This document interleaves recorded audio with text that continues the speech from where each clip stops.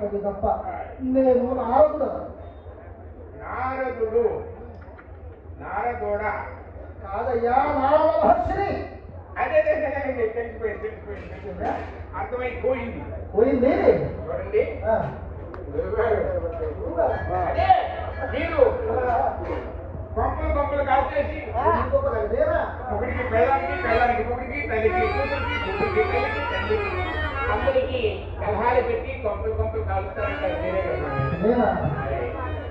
నేను లోక కళ్యాణం కోసం జన్మించిన వాడిని. కళ్యాణం కోసం చేస్తారు కదా.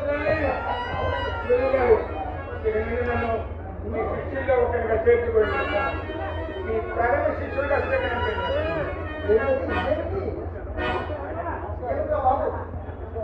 దండమండి. ఇది దండమా?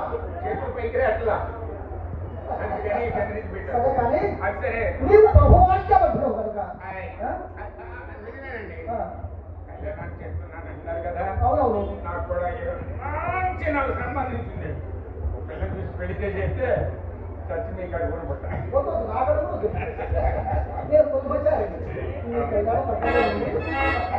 సరే, ఈ బలవంతం ప్రాణార్థం ఏమిటి? సరే, ప్రభువాక్యమంటున్నావు కనుక కాస్త ప్రయత్నించు.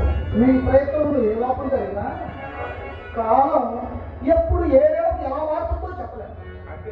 అంతేనా మరి?